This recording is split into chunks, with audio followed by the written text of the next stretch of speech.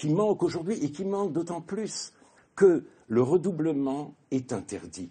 Et cette sollicitude dont je parlais, cet amour, consiste aujourd'hui à aligner nécessairement le niveau des meilleurs sur celui des plus faibles, précisément pour ne pas les laisser au bord du chemin. Donc le niveau général dans toutes les classes s'effondre et c'est une situation qui nous a menés au désastre. Ce désastre n'a pas pour seule raison le nouveau public scolaire, même si c'est un problème, et de ce désastre, il faut sortir aujourd'hui.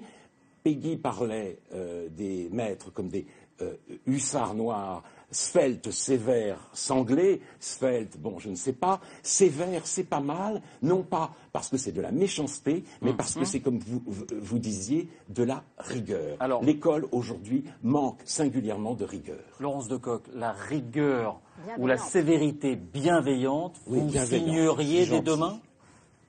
La rigueur bienveillante, la sévérité bienveillante. On peut continuer à faire de la rhétorique toute la soirée si vous souhaitez. Non, mais on voit bien le message. Non, mais le message, c'est quoi? C'est une certaine fermeté, Enseigner, c'est un métier. Qui aime bien, punit bien. Enseigner, ça s'apprend. Non, mais sortons du sens commun. Enseigner, c'est un métier. Enseigner, ça s'apprend. La formation des enseignants a été supprimée par le gouvernement précédent.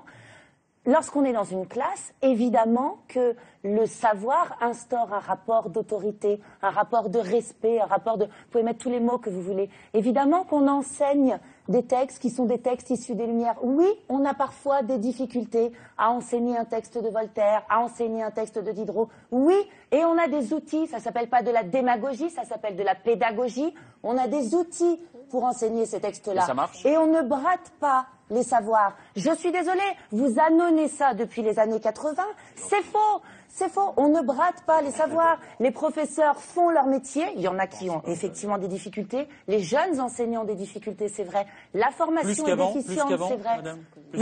Les jeunes enseignants qui arrivent là depuis ces 3-4 dernières années n'ont pas été formés. Donc oui, ils ont effectivement beaucoup de difficultés. La formation continue pour des raisons budgétaires a été sabordée dans énormément d'académies. Donc oui, bien entendu que je suis pas en train de faire un tableau absolument idyllique, mais je ne peux pas laisser dire que nous sommes dans une situation de désastre. Vous fantasmez, j'en suis désolée, vous devez faire des cauchemars toutes les nuits, mais nous ne sommes pas dans une situation de désastre. Je le sais depuis l'année 1989. Enseigner, c'est un travail. Il y a des matins où on n'a pas envie d'y aller, effectivement, comme dans n'importe quel autre travail. Il y a des moments où aussi on a des petits bonheurs, et c'est pas parce que c'est de la démagogie. Récemment, c'est tous les jours. Enfin, je veux dire, il y a des moments où... vous avez quelque chose à nous raconter. Oui, je peux vous raconter. Oui, je peux vous raconter les petits bonheurs. Oui, je vais vous raconter un grand bonheur. Je vais vous raconter un grand bonheur et puis je vais vous raconter un grand malheur. Tiens, voilà. Alors, je vais vous raconter un grand malheur parce qu'on est dans les anecdotes personnelles. Le grand malheur aussi pour vous expliquer ce que c'est que parfois travailler dans ces quartiers et ce que c'est parfois ces enfants et pourquoi le sentiment d'injustice et le sentiment d'abandon peut être parfois particulièrement fort. Un grand malheur, donc, il y a quelques années, lorsque en plein mois d'août, lorsque les profs qui souvent sont en vacances, parce que les profs, ils ont quand même aussi les moyens de partir en vacances, c'est quand même des petits bourgeois aussi, il faut appeler un chat un chat. Lorsqu'un prof est en vacances et qu'il apprend qu'un de ses élèves qui, lui, a passé son été à faire du VTT sur le parking de Champion, a été assassiné à batte de baseball, à coups de batte de baseball par quelqu'un, qu'il est tombé dans le coma, que les secours ne sont pas venus à temps, et que le gamin est mort, et qu'il avait 14 ans. Voilà, ça aussi c'est du vécu. Vous voulez du vécu? Vous voulez que je vous lance dans ce que c'est qu'un quartier? Ça, c'est du vécu. Maintenant, quelques années plus tard, et ça, c'est douloureux pour un prof. Et ça montre aussi, et ça dit plein de choses de ce qui se passe dans ce genre de quartier et de ce qui se passe chez ces enfants pour lesquels liberté, égalité et fraternité n'a pas vraiment le même sens que pour moi ou que pour vous, Monsieur Finkielkraut. Et l'assassin, c'était qui? Et un petit bonheur maintenant. Est-ce qu'il a été jugé? Est-ce qu'on l'a vu? C'est pas la République qui l'a assassiné, en tout cas. L'assassin a été jugé. C'est pas la République qui l'a assassiné. Non, parce que si vous dites, vous donc êtes en train de me dire... Donc un petit bonheur maintenant. Non, mais vous pouvez très bien ne pas vouloir comprendre ce que je dis, mais c'est pas grave. En réalité, c'est pas vous que j'essaie de comprendre, de convaincre. J'ai bien compris que vous viviez dans le désastre et pas moi. Donc nous sommes pas dans le même monde. Donc, je m'adresse aux téléspectateurs. Le petit bonheur ou grand bonheur. On parlait justement de ce qui s'est passé après la tragédie et de comment les profs étaient arrivés devant leurs élèves, parfois démunis, parfois particulièrement, et la plupart du temps d'ailleurs, très émus, très troublés. Moi, j'ai eu des moments de débat avec des élèves où ce sont presque eux qui, à un moment donné, m'ont porté pour que le débat ait sens, pour que le débat prenne sens, pour que les mots justes soient posés sur ces événements. En tout cas, ils ont su parfois dire les choses mieux que moi, parce que pour moi, parce qu'un prof c'est ça aussi, c'est un être humain, pour moi c'était un peu tôt. C'était un peu tôt d'être saisi dans l'urgence et je n'avais pas forcément réfléchi à l'ensemble des outils que j'allais pouvoir mobiliser. Ils ont été là, ils ont été bien, parce qu'un cours c'est une rencontre aussi. Une relation pédagogique c'est quelque chose qui s'installe. Un cours c'est une situation, c'est sur l'instant et sur la longue durée. Ce sont des rencontres, que ça se passe bien ou mal d'ailleurs, hein, même des relations conflictuelles, c'est une relation pédagogique.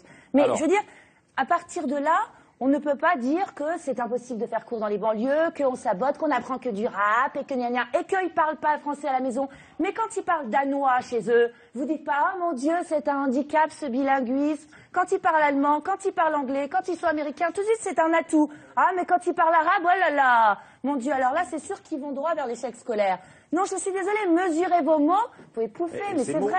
Mesurez vos mots et sortez de vos mondes. C'est vous qui extrapolez complètement. C'est incroyable de dire des choses comme ça. C'est incroyable. Alors moi, je vais vous citer aussi un témoignage, un dramaturge algérien, Mohamed Kassimi, qui va à Gennevilliers. Je le connais, son témoignage. Oui, alors bien entendu, c'est un lycée qui n'est représentatif de rien. Il essaye de parler du journal satellite Charles Hebdo, et tout le monde, tous les élèves lui disent, écoutez, ils ont eu ce qu'ils méritaient. Il dit, mais nous sommes dans un pays démocratique. Non, nous ne sommes pas dans un pays démocratique, parce que quand on fait la quenelle, on a beaucoup d'ennuis. Et si on ne les avait pas tués, ils auraient recommencé. Voilà à quoi s'est heurté Mohamed Kassimi, qui n'est pas qui n'est pas un sous-chien, qui n'est pas un Français xénophobe, qui est un dramaturge algérien attaché effectivement à l'émancipation de tous. Voilà les témoignages que nous citons, voilà ce que nous disons, et vous pouvez en faire ce que vous voulez, mais pensez que quand nous dénonçons le désastre scolaire actuel, nous ne sommes pas dans le monde, alors là, franchement, je trouve que vous n'avez ni d'yeux pour voir, ni d'oreilles pour entendre. Alors, deux réalités, et sans doute deux réalités bien évidentes, mais qui se complètent d'une certaine manière. S'il vous plaît, je voudrais qu'on parlait de petit bonheur. Je voudrais qu'on voit aussi, finalement, une sorte de grand bonheur. La République dans ce qu'elle a de meilleur et un parcours dans ce qu'il a de plus beau peut-être, celui de Najwa Ardouni El Atfani. Bonsoir, merci d'être là. Alors vous avez grandi à Mantes, dans une cité, famille de 5 enfants d'origine marocaine. Vous avez eu le bac, vous avez fait maths sup maths spé à Mantes-la-Jolie, au Val-Fouré. Il y a une classe de maths sup maths spé, des classes prépa. Et puis vous avez intégré une grande école et vous êtes aujourd'hui responsable d'une filiale d'un grand groupe de BTP, alors on peut le citer, c'est Vinci. Vous êtes donc dans le désamiantage, dans la démolition.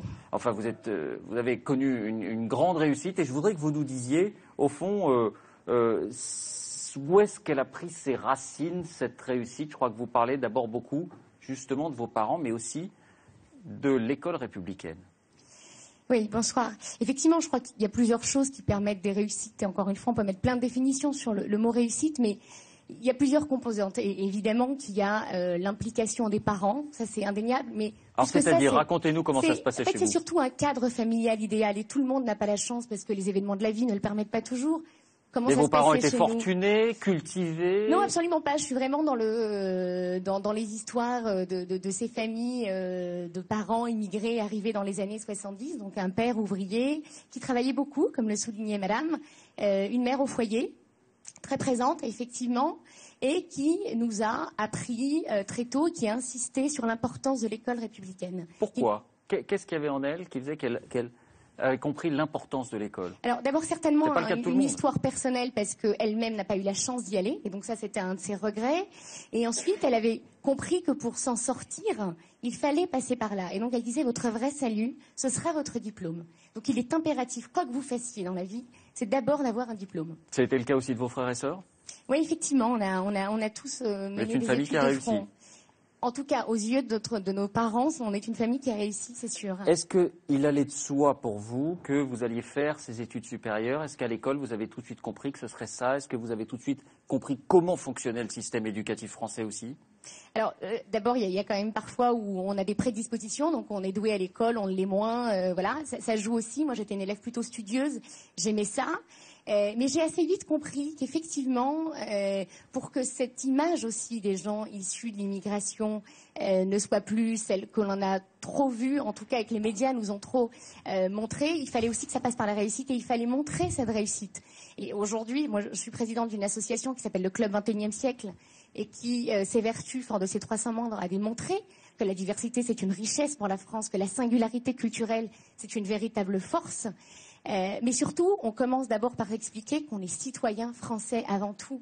Et j'ai entendu beaucoup de choses ce soir qui m'ont énormément touchée. Et les médias ont un rôle, effectivement, à jouer aussi là-dedans. Quand j'entends musulman de France, je ne suis pas musulmane de France, je suis citoyenne française. De confession musulmane, soit, mais je suis d'abord citoyenne française. Ne nous appelez pas les musulmans de France, il faut parler de citoyens français, de confession, de religion, de culture musulmane. Mais c'est très, très important. Moi, l'école républicaine, c'est vrai j'ai fait des rencontres également, des professeurs, des surveillants d'ailleurs, qui ont aussi marqué la scolarité, qui nous ont poussés à aller vers des hautes études. Mais quand j'entends des professeurs qui sont là ce soir et qui parlent de la bienveillance de l'école républicaine, la bienveillance de l'école républicaine, c'est d'abord la bienveillance des enseignants. Et c'est d'abord, dans le rôle des enseignants, c'est de regarder... Elle ajoutait rigueur aussi. Oui, la rigueur, pourquoi pas, mais la bienveillance, c'est ça le mot important. Et la bienveillance, c'est de regarder les élèves français comme des élèves français. C'est d'expliquer effectivement ce qu'est la laïcité, mais je suis persuadée que quelle que soit l'origine des élèves aujourd'hui dans les collèges et même dans les lycées, je ne suis pas sûre que tous sachent réellement définir la laïcité. Et je remercie d'ailleurs la ministre de l'Éducation qui est là ce soir, qui a rappelé cette définition qu'on entend bien trop peu et qui du coup prête à une bienveillance qu'on n'a pas vue, en tout cas ce soir, chez tous les enseignants présents sur le plateau. Vous qui avez connu ce parcours, vous qui avez connu ces quartiers, quelles seraient, selon vous, les idées qui feraient avancer, employons les grands mots, la concorde nationale et qui feraient avancer la société vers plus de cohésion? Alors, il y a un rôle modèle qui est important. Ce qu'on oublie aussi, c'est que ces élèves, justement, ont besoin de s'identifier à la réussite. Et si on ne montre pas ces réussites, alors ils ont l'impression que ça n'est pas pour eux. Il y a quand même aujourd'hui, et il ne faut pas le nier, une inégalité dans l'accès à l'emploi. Et quand on a l'impression qu'on n'a pas les mêmes chances d'accéder à des emplois que la population dite majoritaire, alors on a l'impression qu'on n'appartient pas à la même société. Et c'est très difficile. Alors il faut justement expliquer à ces élèves issus de l'immigration qui ont parfois ce sentiment que c'est possible. Il faut expliquer comment on fait, mais il faut expliquer aussi aux professeurs. Et là, alors moi je salue aussi le travail des sociologues qui justement rendent compte avec des chiffres, avec des vraies études scientifiques. Et il y a aussi des différences d'orientation scolaire selon les origines. Et ça, c'est dramatique. Je sais que dans le cadre du XXIe siècle, vous allez aussi souvent à la rencontre des jeunes, y compris dans les quartiers que vous connaissez bien. Chez ces jeunes-là, qu'est-ce que vous trouvez? Vous trouvez un même appétit de réussir, de s'investir dans l'école, de réussir, un même amour de leur pays, où vous trouvez du découragement, vous trouvez de la frustration, le mot a été prononcé tout à l'heure? Alors, il y a de la frustration parce qu'ils n'ont pas, et encore une fois la ministre de l'Éducation le disait, ils n'ont pas toujours l'acquisition des codes que d'autres peuvent avoir. Vous les aviez, ces codes, vous? Je ne sais pas comment je les ai vraiment acquis. Alors moi, je suis la dernière de ma fratrie de 5, donc j'ai pris exemple sur mes grandes sœurs, sur mes grands frères, qui effectivement avaient fait de belles études. Et donc, j'ai été tirée vers le haut par mes sœurs notamment, qui m'ont dit, ben voilà, tu es douée en maths, tu feras une prépa maths B. Donc ça filait et il n'y avait pas de souci. Mais chez ces jeunes, c'est de la frustration d'abord parce qu'ils ne savent pas. Certains nous disent, mais c'est quoi une prépa? Moi, j'en ai jamais entendu parler. Des élèves de seconde. Donc c'est qu'effectivement, alors les enseignants l'auront pas toujours dit, ils ont aussi l'impression que c'est tellement compliqué, que c'est pas pour eux. Donc on leur explique simplement que si, parce que l'école républicaine, elle permet cela. Seulement, elle permet cela si on a donné la bonne information. Et ils l'ont pas toujours. Certains aussi nous disent, moi j'étais persuadée que je pourrais pas être pharmacienne. Dans les petites histoires de grand bonheur, une jeune fille disait, donc d'origine maghrébine, disait, moi la pharmacienne, j'ai l'impression que c'est une femme blanche, blonde, de 50 ans. Et bien, il dit, aujourd'hui, j'ai compris qu'en fait, si je travaille bien à l'école, je peux être moi aussi pharmacienne. Les territoires perdus de la République, c'est une expression dont vous trouvez qu'elle décrit justement et précisément certaines réalités?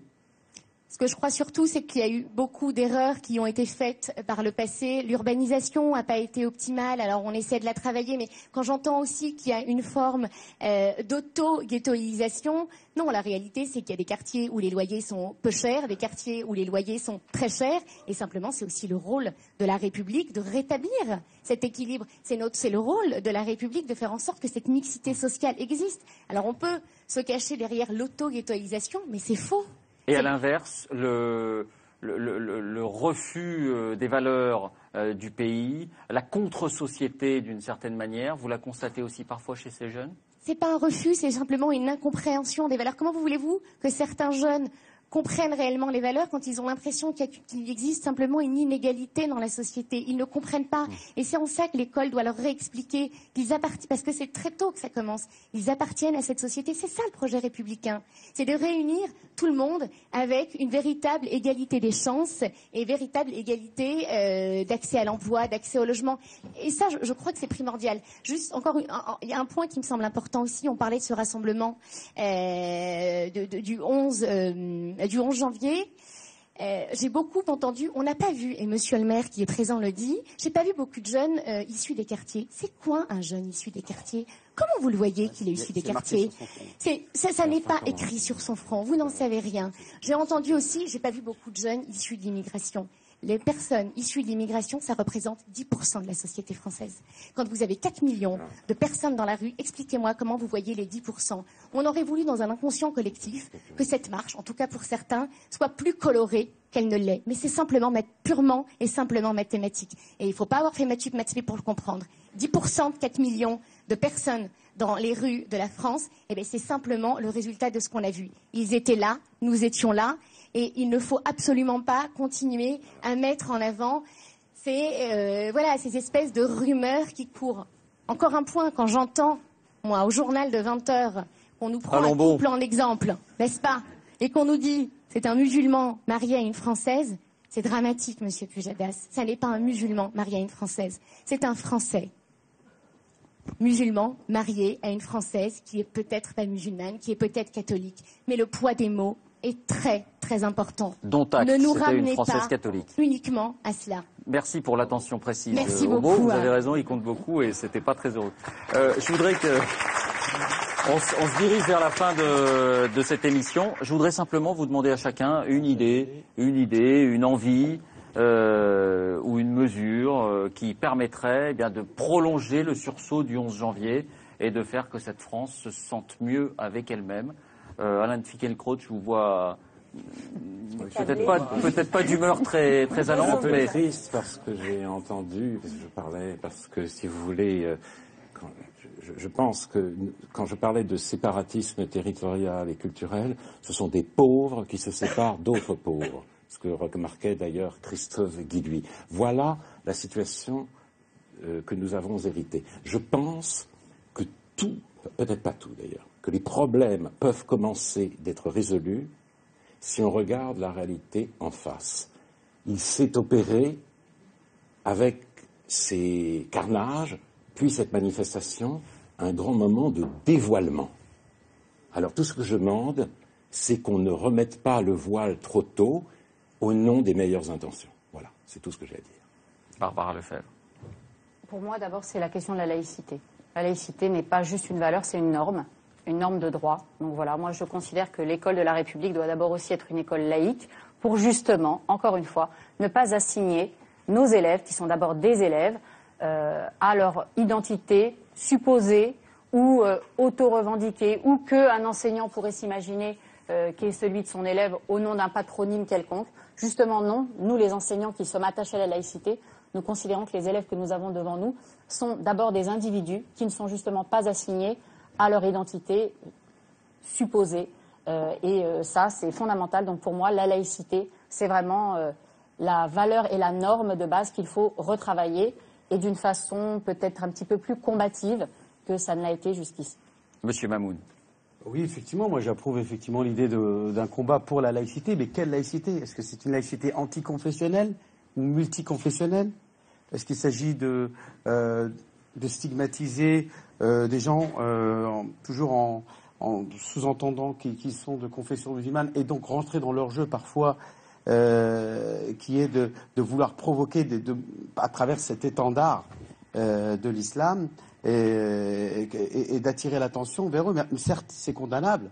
Nous voulons, mais tout simplement en leur disant qu'il y a des imams, il y a des référents théologiques qui sont là et qui vous disent non, vous n'avez pas le droit d'utiliser, d'instrumentaliser la religion pour vous venger de la société qui vous entoure ou vous isoler de la société.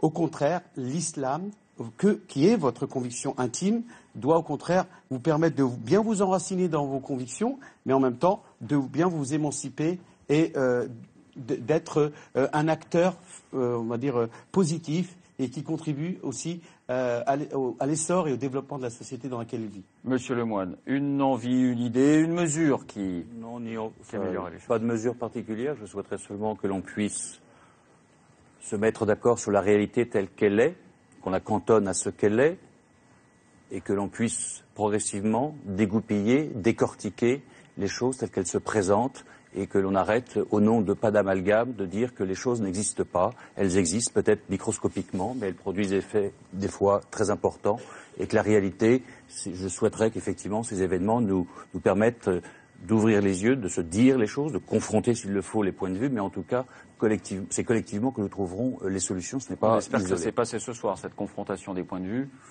plutôt respectueuse. Madame Guénif.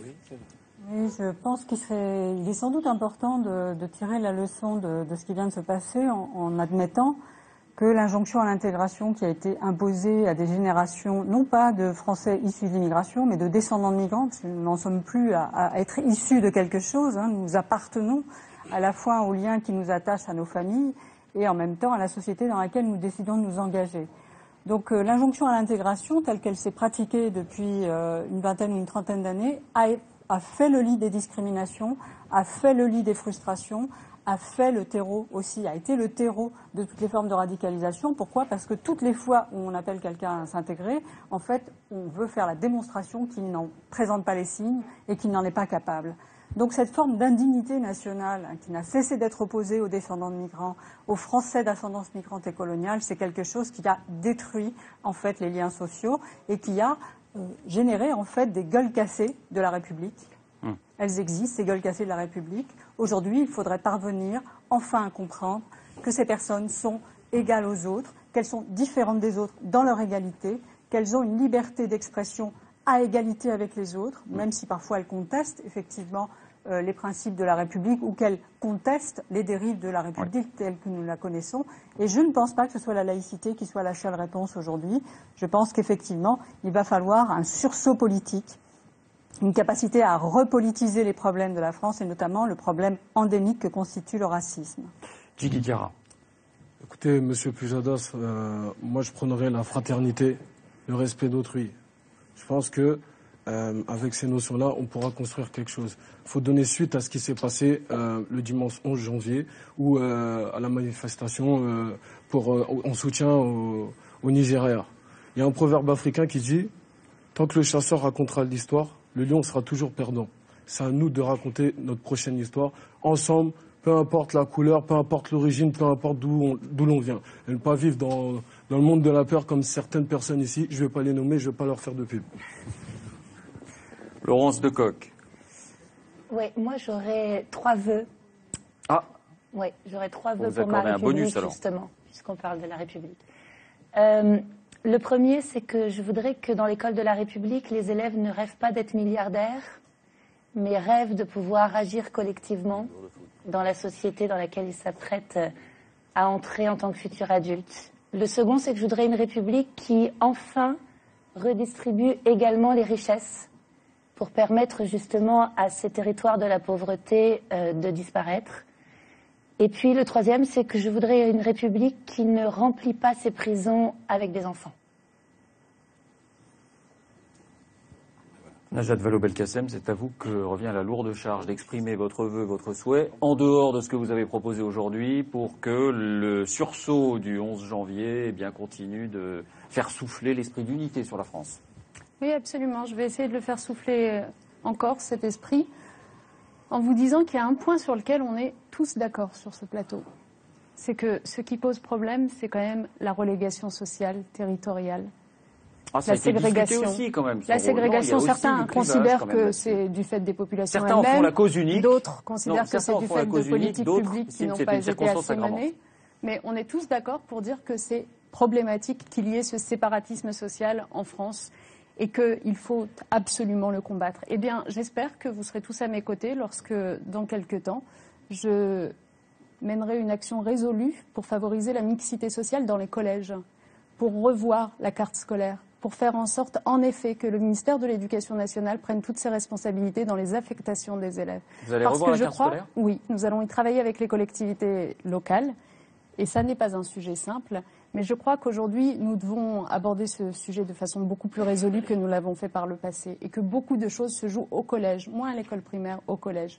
Et puis le deuxième sujet, si vous me permettez un dernier mot, pour rebondir sur ce qui a été dit tout à l'heure dans le public, je pense qu'il nous faut renouer avec l'élitisme républicain. Je pense que ce qui est totalement délétère pour la jeunesse de notre pays, c'est en effet qu'une partie de cette jeunesse à intérioriser le fait que de toute façon, quelles que soient ses capacités personnelles, son travail, son mérite, ses efforts, en réalité, des perspectives entières lui sont fermées. Parce qu'il y a un déterminisme social dans ce pays. Parce qu'en effet, tous les jeunes n'ont pas les mêmes possibilités de réussite dans ce pays. Parce qu'on ne valorise pas suffisamment le mérite, le travail, l'effort. Et donc moi, je voudrais renouer avec cela et en finir avec, au fond, la reconduction des rentes, la reconduction des privilèges. Et c'est aussi ce sujet auquel notre pays doit se confronter aujourd'hui résolument. Merci à vous tous. Merci d'avoir joué le jeu, c'est terminé. Merci à Gilles Brandstein et Véronique Saint-Olive qui ont préparé cette émission avec moi. Merci à Jean-Jacques M. Salem qui l'a réalisé. Merci à Anne Lorcaillé pour l'édition, à Patrick Ponce pour la production. Merci surtout à vous de nous avoir suivis. On n'a pas pu parler de tout, mais on espère que cet échange vous aura donné des idées, fait réfléchir. Voilà, restez avec nous sur France 2 parce que tout de suite c'est Alcaline Le Mag avec Véronique Sanson.